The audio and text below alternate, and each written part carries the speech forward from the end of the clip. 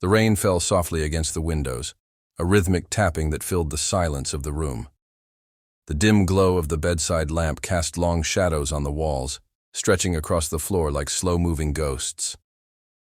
I had just settled beneath the covers, exhausted from the weight of a day that hadn't been particularly kind, when I heard the door creak open. No knock, just the familiar sound of hesitant footsteps crossing the wooden floor. He stood there for a moment, silhouetted by the hallway light, my nephew. Quiet, uncertain, with something unreadable in his eyes. "Can I sit?" he asked, voice low, as if afraid to disrupt the stillness. I nodded, shifting slightly to make room. He sat on the edge of the bed, hands clasped between his knees, eyes staring at the floor. We had shared many quiet moments over the past year since he came to live with me, but something about tonight was different. He wasn't just seeking company. He was carrying something, heavy, invisible, but clearly real. The rain picked up slightly, a sudden gust rattling the windows. Still, he didn't speak. I didn't press him. I had learned long ago that silence often spoke more truth than hurried words. After a long pause, he finally said, "Do you remember when I first moved in?" I nodded again. Of course I remembered. His parents were divorcing. The house was full of arguments, and he needed space to finish college without the chaos of two people trying to erase each other from every room. I had welcomed him in, told him to treat this place like home. And he had, at first. "You said, this could be a place where I didn't have to explain myself," he continued, his voice barely above a whisper. "That you wouldn't ask questions I wasn't ready to answer." "I remember," I said softly. He looked up at me then, and I saw it, something raw behind his calm expression. A wound, trying hard not to bleed. "I think I'm ready now." I adjusted my pillow and leaned in slightly, not out of curiosity, but to show I was listening. "I've been holding something in," he said, fingers tightening. "Not just for months. For years, maybe. And lately, it's been suffocating me." I could feel the edge of something sharp coming. Not danger, just truth. The kind that cuts when it's finally said out loud. "There's someone I met," he continued. "It started small. A conversation after a lecture, a few texts. Then suddenly it wasn't small anymore. It meant something. He meant something." He exhaled, shaking his head as if to collect himself. "I didn't plan it. I wasn't even looking. But when I was around him, I felt free, like I didn't have to pretend." There it was, the word he hadn't yet said, sitting between us like an unopened letter. "He's a guy," he said finally, "and I love him." The quiet that followed wasn't awkward or judgmental. It was sacred, heavy with emotion and history and a kind of fragile relief. "I haven't told anyone," he went on. "Not my friends. Not my mom. Not even him. Not really. I thought maybe if I didn't say it, it would stay safe. But now it's just become this thing I carry everywhere." His voice broke slightly. "I was so scared you'd look at me differently." I reached over, placing a hand on his shoulder, firm and steady. "You don't have to be afraid of me," I said. "Not now. Not ever." He didn't cry, but I could see him close his eyes tightly, as if holding back a storm. The room felt warmer suddenly, as if the act of speaking had let in light from somewhere neither of us could see. "I don't even know why I'm telling you tonight," he admitted. "Maybe it's just that I couldn't keep it inside anymore." "Maybe." "It's because you trust me," I replied, "and that means more than you know." He gave a faint smile, the kind that only appears after a long silence has been broken. A fragile peace settled in the room. The rain softened again, tapping gently, like applause from the sky. We sat there without speaking, just breathing the same air. And though nothing outside had changed, something inside had shifted, quietly, But undeniably, a truth had been spoken, and even if it wasn't all of the story, it was enough. For now. He stood slowly. "Thanks," he said, almost inaudibly, "for listening." I nodded once more as he stepped out, closing the door behind him. The rain continued, but the night no longer felt quite so heavy. Something had begun. Something I didn't yet understand, but was ready to walk through, together. He came back the next night. There was no knock again, just the sound of careful footsteps and the soft scrape of the chair as he pulled it beside my bed. I was already awake, listening to the hush of the night. When I opened my eyes, he was staring out the window, lost somewhere far beyond the glass. "I didn't sleep much," he murmured. "Kept thinking. Maybe I said too much." "You didn't," I said gently. "You said just enough." He turned toward me, his features dim in the lamplight, but his expression unmistakably vulnerable. "Then I guess I'll keep going." I adjusted the blanket around my shoulders and nodded. "No questions, just space for him to speak. I met him at a poetry event on campus," he said, his voice steadier now. "He stood out, not because he was loud or charming. It was the opposite, actually. He was quiet, but when he read, his voice filled the room like it belonged there."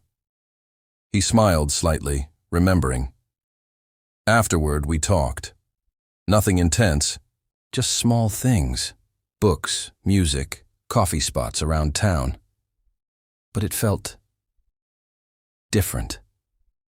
Like I was being pulled towards something and didn't know how to stop. His fingers tapped lightly against his knee, a rhythm to ground himself. His name was Elias, he said, and the first time he touched my hand, just a casual brush, I felt like something in me had been waiting for it. There was no need for me to speak. His story unfolded in soft, careful lines, as though he were drawing a picture in the air. "We didn't label it," he continued. "We never said, 'This is something,' because we were both afraid of what it would mean. But it became everything anyway. Late-night drives with no destination, laughing in quiet corners. His hand in mine when no one was looking. I told myself it wasn't love. I didn't want to believe that." He looked at me, his eyes searching, but not for approval, just for space to be understood. I told him things I never told anyone, about feeling different, about pretending. He listened like none of it scared him, and for a while I believed that maybe we were building something real. His voice wavered slightly, not from hesitation, but from the weight of memory. There were nights when we lay beneath the stars, not talking, just existing together. I'd look over and see him sleeping, and it would hit me. How fragile. "Happiness can be when you think you don't deserve it." His breathing slowed, like each word was drawing something out of him. "I didn't tell you this before, but I used to watch you, how you move through life without needing anyone's permission to be kind, to be quiet, to be still. I envied that. I didn't know how to be any of those things without first asking the world if it was allowed." That confession, unexpected and sincere, pierced something in me. I'd never considered myself someone to be admired. But in his voice, there was something honest, grateful even. "With Elias," he said, "I didn't feel broken. I didn't feel like I had to explain myself, and maybe that's why I let myself fall so hard." He paused, eyes fixed on the ceiling as though the words might settle there, untouchable. But we were careful. No photos. No public places where anyone we knew might see. It was like living in the light while pretending to stay in the shadows. His smile faded then, replaced by something colder. Not anger, more like grief. I started to notice it first in his eyes. He was with me, but he wasn't present. I'd be talking and he'd nod, but there was a distance. I told myself it was stress, school, family. But it wasn't. It was something else. Something slipping away. He looked at me again, this time a little more fragile. I loved someone I was never allowed to claim. And I think deep down, I knew I wasn't the only one. His voice faltered at the edges, but he pulled it back. I'm not telling you this because I want your pity. I'm telling you because I need someone to know that for a little while I had something beautiful, even if it was borrowed. I reached out and placed my hand over his. He didn't move away. We sat like that, suspended in the quiet, both of us holding something invisible between us. Outside, the rain had stopped. The world, momentarily, felt like it was listening. And though he hadn't said it directly, I could feel it coming. The part of the story where beauty gives way to pain. The part where love becomes memory. The next night, he didn't come. I waited in silence, eyes tracing the patterns on the ceiling, ears tuned to every creak and sigh of the house. The empty hallway remained still. No footsteps, no voice, just quiet, thicker now, lonelier. And though I told myself he needed space, something about his absence felt hollow, like a silence that had meaning. By morning, I found him sitting in the kitchen, hunched over a cup of coffee gone cold. He didn't look up when I entered. The light from the window caught the edge of his profile, and I noticed the shadows under his eyes had deepened. I went to see him yesterday, he said flatly, not waiting for a greeting. He didn't expect me. I moved slowly, poured myself a cup, sat across from him, without a word. I knocked. He opened the door, looked like he'd seen a ghost.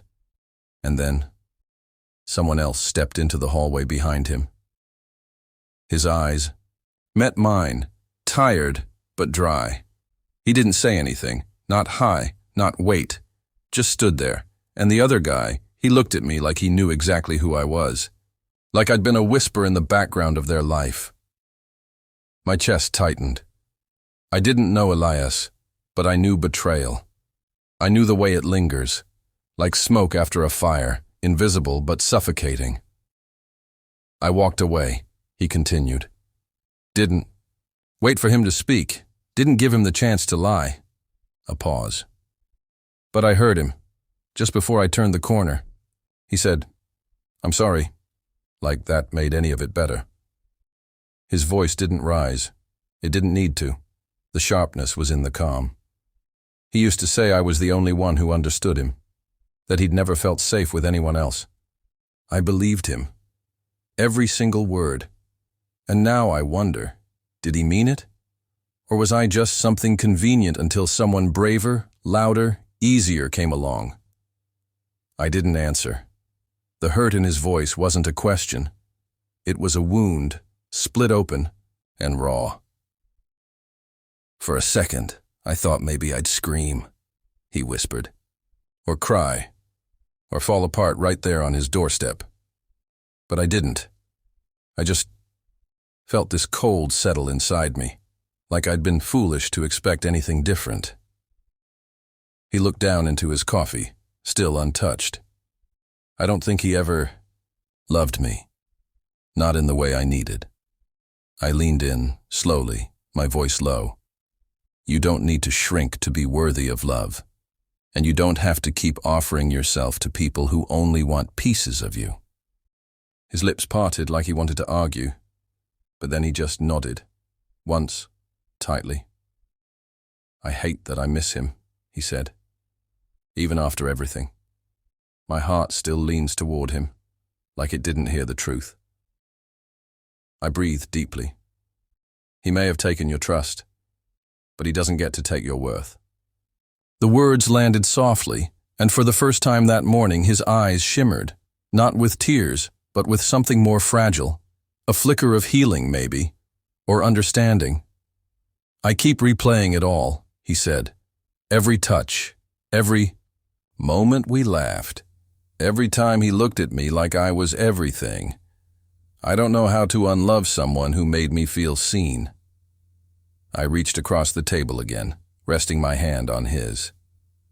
You don't have to unlove him, I said. You Just have to learn to love yourself more." He exhaled sharply, like the words were both a release and a sting. We sat in silence, the morning creeping slowly into the room. The light shifted, revealing more than just the tired folds of our faces. It showed something tender, a quiet, resolve building in him, small but growing. After a while, he stood.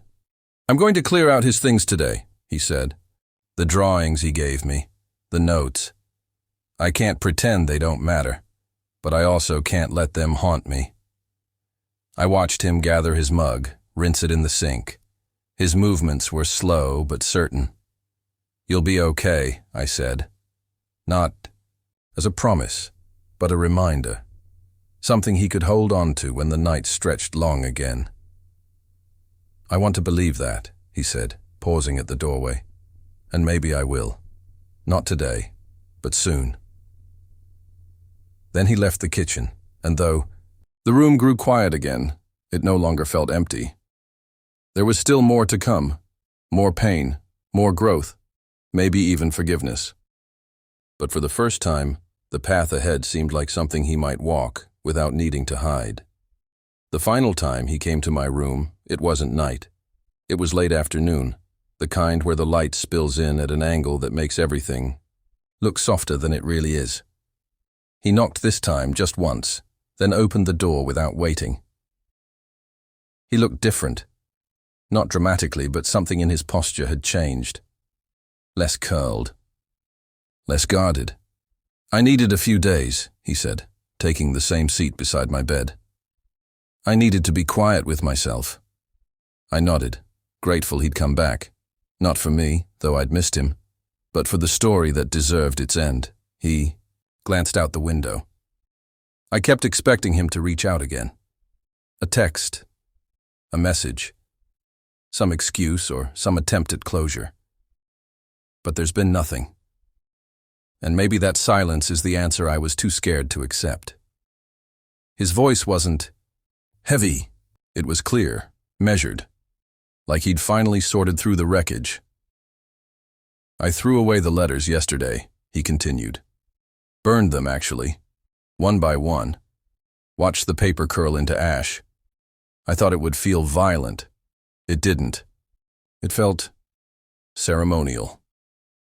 There was something reverent in the way he said it, as if letting go had become an act of respect, not for Elias, but for himself. "I kept one," he added after a beat. "The first one he wrote me. It didn't say much, just that he liked the way I looked at him like he mattered. I guess I'll hold on to that. Not for him, but to remember the version of myself that believed in love without fear." He looked at me then, fully, his eyes steady and open, no longer searching for answers in my face. "I'm not broken," he said. "I thought I was. For a long time, I believed love that ended must have meant I failed, that I wasn't enough. But now I know. It wasn't about me not being enough. It was about him not being ready." The clarity in his words struck a deep chord. He'd found something in the hurt, a kind of quiet truth that no one else could have handed him. "I started painting again," he said. "Not because I'm trying to distract myself, but because I finally feel like I have something to say. Something that's mine." There was pride in his voice now, not loud, just rooted. He wasn't trying to perform strength anymore. He was living it. "You were the only one I could talk to," he said softly. "I think I came to you because I knew you'd listen without trying to fix it." I didn't speak. Sometimes silence is the only gift that matters. He leaned back in the chair, looking relaxed for the first time in weeks. "I still miss him," he admitted. "Some nights, I still think about what it could have been. But missing someone isn't the same as needing them. I don't need him anymore." His gaze drifted toward the window again, watching the last of the sunlight fade into dusk. "I've started talking to someone," he said suddenly, a slight smile forming. "It's new, gentle. We're just seeing where it goes. I'm not rushing. I'm learning to move slower. I watched that smile linger a second longer, warming the lines of his face. I told him about Elias, he added. Not everything, but enough. And he didn't flinch. Just sat there and said, "Thank you for trusting me." That was it. No judgment, no awkward silence. Just kindness.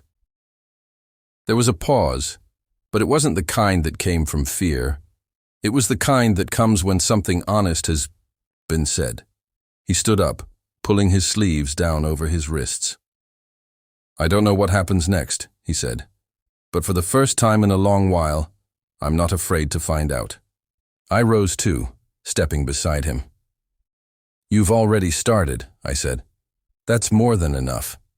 He smiled again, this time fully, and reached for the door. As he left, the room felt different, not emptier, but lighter, like it had carried the weight of something sacred and was finally at peace.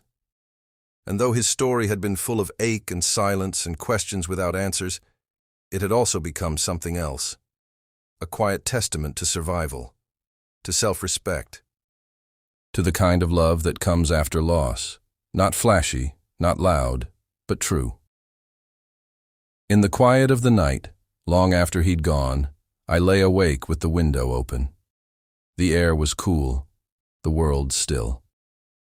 And for the first time in many nights, I no longer waited for footsteps in the hall, because the story had ended, not in heartbreak, but in becoming.